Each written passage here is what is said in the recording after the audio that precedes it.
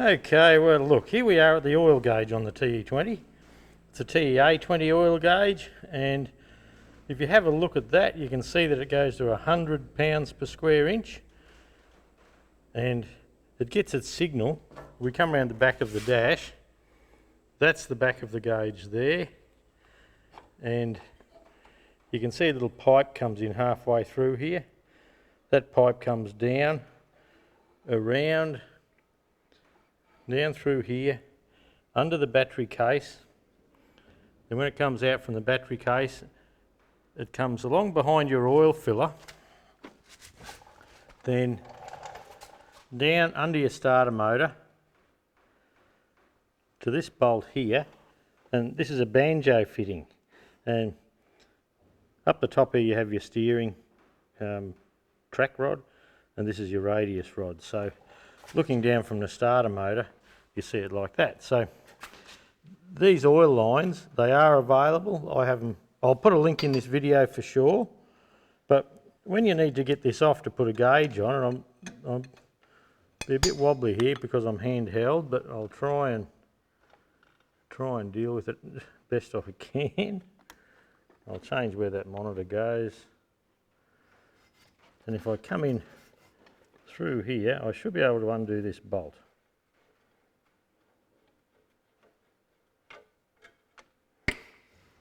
Now, this is a Banjo bolt, and it has a little track, a little flat up the side. So the oil comes from the oil gallery up that track, and that gives the oil gauge a signal to work with. So let's go over to the bench and talk oil gauges. Well, oil gauges, what's the story? We just undid this bolt from the side of our TEA20, and I'll slide the gauges back for a minute, and we noticed that it actually came out of a Banjo bolt. Now, on that Banjo, they usually have a copper washer one side, a copper washer the other, and they screw it up. It's quite a thick copper washer. If you get caught, you can use fibre washers. They work fine, and you can use Dowdy seals, and Dowdy washers are a little washer, very similar to a copper washer, but they're often made of aluminium and aluminum if you're in the States. And the centre ID here, it has a tiny little rubber seal around it. And look, I like them. The rubber seal that seals inside, it also seals up and down. So if you have a nice smooth surface on your Banjo, it'll seal nicely for you. Now, what thread is this bolt here? I get asked that question quite a lot. Now, the thread at the block is 3/8 UNC. That's the 3/8 UNC nut I have there, and the 3/8 UNC nut bolts on nicely. No trouble at all. So the bottom thread is UNC. Now, the thread on the back of the gauge, and this is where a little oil pipe comes up, and just to show you, I have a Sparex gauge here. Now this gauge is an S42734, and at the back of the gauge, I'll get rid of that rubber band, I've had this one at home for a long time. At the back of the gauge there, you'll see a fitting, and I might just take it out of the paper here, out of the cardboard, because it's flaring the camera a little bit. So if you bear with me for a moment. I probably should have had all that done, but anyway. Bloody hard to get good help, really, isn't it? And that's the bracket that holds the gauge in. So Sparex bring out a lovely gauge, and trying to get you to be able to see it without a flare out. You'll notice with the Sparex gauge, it goes to 60 pounds per square inch, which is something we'll talk about a little bit later. The colour on that gauge is good. It's not white, it's a creamy sort of white. 60 psi. Then where the pipe at the back of your dash comes in to your gauge, you'll have a little piece of flared pipe. You can see the flare on the end there, and on that there's a nut. Now the thread on that nut is 3/8 UNF, the fine thread. So the thread on the engine end of your oil pipe is 3/8 UNC. The coarse thread, here's a 3/8 UNF nut. The thread on the back of your gauge is 3/8 UNF. Now it looks like BSP taper, British Standard pipe, which is this fitting on the end of a grease gun hose here, but it's not. I've had people, they jam it up in there, or they will buy a gauge and they'll come back and say, oh, that doesn't bloody fit, and you have a bit of a chat to them about the whole show, and it works out that they have got an aftermarket type gauge in and it hasn't been adapted properly. You'll notice a couple of little spanner marks here, or a couple of little spanner flats, and make sure you do that so you don't stress the gauge inside. Now that's the early type gauge, and it's 60 pounds per square inch. Then later on, and you see these sold a lot, and later on the gauges changed, and probably mostly 35s had these gauges, and it's just got the red, green, red, and I'll bring it up so you can see it if I can. I'm having shadow troubles today, and this is just a bit of plastic around a chrome bezel. So we can take that off. I'll use that at home here. So once again, at the back you have that oil fitting, and once again that fitting turns out to be 3/8 UNF. So it's not a BSP fitting. I've had people take them to NZ and everywhere and they're saying, oh, it's a 10 mil, it's a this and that, but it's not. It's 3/8 BSF, UNF. United National Fine, this end, United National Coarse, Unified National Coarse. Anyway, so I just thought I'd run through these gauges. Now, the oil pressure, as per the Ferguson manual, is 50 pounds per square inch. That's as high as you can go. And these old tractors, if you've got 50 pounds per square inch, you're doing bloody well. They're an old tractor now. And the oil pressure reading is tested at 2000 RPM, so 2000 revs per minute, which is up there for a little Fergie. They don't do much more than that. And at 2000 RPM, that little oil pump in the sump of your TEA or TED20, even a TEF20, a Fergie 35 petrol, a 135 petrol, at 2000 RPM, that pump pumps 3.95 gallons, that's British gallons, of oil, and that works out to be around 16.94 litres. So the little oil pump's got a bit of flow to it, but the figures are taken at 2000 RPM. Now, there's always a bit of contention with these gauges, and the problem I have sometimes is that this Sparex gauge here, which has been my favourite for years, only goes to 60 pounds per square inch. Now, you'll notice that on my gauge, on my TEA20, when we had a look at the dash there, it goes up to 100 pounds per square inch. So this 60 pound is not quite up there, which isn't really a problem. Now, I have another gauge available that I have on my website. It's not a Sparex gauge, but you may like it or you may not like it, who knows. And it's white on the front. Now, if you have a look at the colours there, you can see the difference in colour. Now, Sparex have got it right with the colour, and this other maker has it right with the 100 pounds per square inch. You can see, with my shadow, I'm having trouble showing you. You can see this goes to 100. So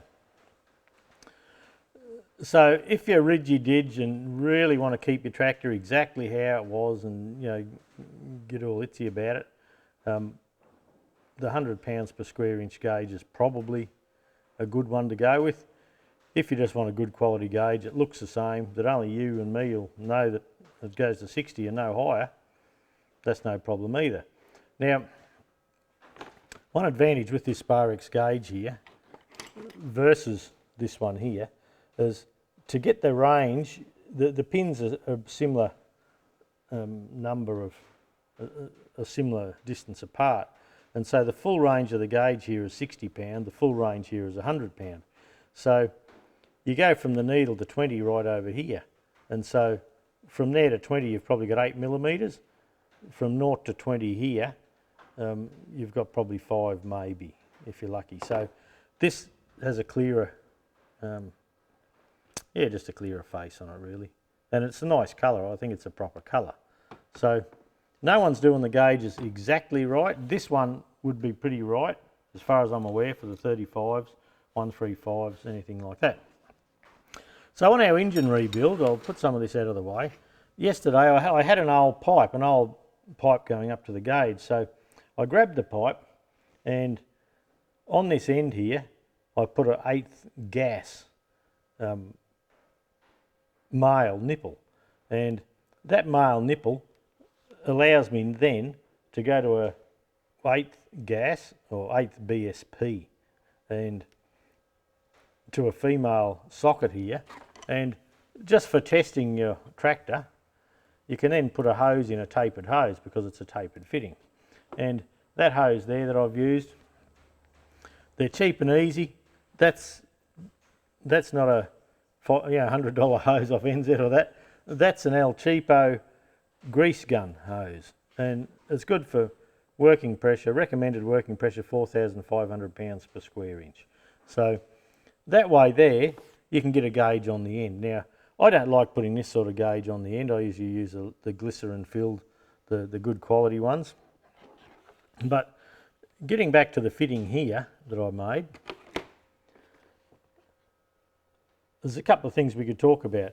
This bolt here, normally a Banjo bolt has a hole up the centre of it and a couple of holes cross drilled, and the oil comes up the bottom and out the side. Well, what they've done, or Standard Motor Company's done here, they've just got a normal 3/8 bolt, and hopefully you can see that, and they've just ground a flat there, and you can see the flat just shining there in the monitor. And so what happens, that flat goes right to the end, and the oil pressure has a chance to come up and come into the Banjo around the threads, and you have a good fitting. So if you've lost this, if you buy an old tractor that's lost this, you can make one. Just go and buy a 1 inch long 3/8 UNC bolt, sit it in the vise, get the file and make yourself a nice flat, and that'll give you oil pressure. So this pipe that I made yesterday, I just silver soled, actually I brazed this fitting in, and by having a male thread there and a female adapter, well, you can go, if you want to put a modern gauge on your dash, something different to these, and or it already has that and you're wondering how to pair it up to your engine, well, by using an 1/8 BSP, well, all of a sudden you can buy all these brass fittings that go in. Now this brass fitting here, that type there, that's for a 1/4 inch copper or a brake. We call it Bundy tube. I don't know if everyone calls it Bundy tube around the world, but you can buy a brake line called Bundy tube, and it's got a nice coppery outer on it, but it's steel, so it's tough. So you can come out of the engine, if you remember, we had to get the bolt out like that. You can come out of the engine, just come forward a bit and go up over your starter motor with a steel line, fold your own up. But the other option is one of these fittings here, and I haven't got the other bit of this at the moment, and this is a fitting where a nylon line comes. So once you've adapted your adapter on your engine here, you can then run a nylon line out of there. So if you have a different gauge, a modern type gauge, well, you can go that way. But the pipe that comes from the engine up to this gauge, we have them on our website. It's not a Sparex item, they're not doing it. There's a British supplier has it as well, and you can get them, they come out up and above, and it's the right thing, but you need a proper little tube bender to get it up there to make a nice job. Now, if you don't want to do this, you could probably just get a 3/8 nut and braze a fitting on, or braze or weld a fitting on of your choice. It's a good thing because these fittings are just common threads, like I say, 3/8 UNC and 3/8 UNF, both 3/8, but one's fine and one's coarse. Because it's a common thread, it's easy to work with. Now, up this top end here, the 1/8 going into the back, or the 3/8 BSP, if you used a tapered fitting, like I think with your JIC fittings with your male taper, they're quite common, but they don't go up in there because you have a point sticking out for this flare to go on. But these pipes, little bits and pieces of pipes, are good. Don't discard your old pipe. Sometimes you only need this much of it if you're going to make a pipe. But look, easy enough. Try and buy a new pipe if you can and do it properly. I'm going to do it on my tractor. I don't want to go to the work of putting the engine kit in, as we do, in the in-frame kit, and getting to the gauges, and I have a bit of a fiddle here and there, or bump something, and all of a sudden I've got the line broken off, and they're at the age where they will break off. So that's it. That's our little chat about oil gauges, and hopefully it gives you a bit of an insight on how to rig one up. And that JIC fitting I was just talking about, I never realised I had one on this end here. So that's a common thread. The thread is right, the thread is correct when I put my nut up here, but the tape is obviously wrong. So if that's all you can get, which is I think that's a half JIC fitting, because the half inch spanner goes, a half UNO, yeah, JIC, half UNO ring. You could always get that and drill down the centre and put a taper to pick up the flare on the back of the gauge. So, see, that will screw, but it's just not right. It's the right thread, but it's just the wrong end. But you could make that the right thread by knocking that off on the lathe, or just setting it up and just drilling that top down.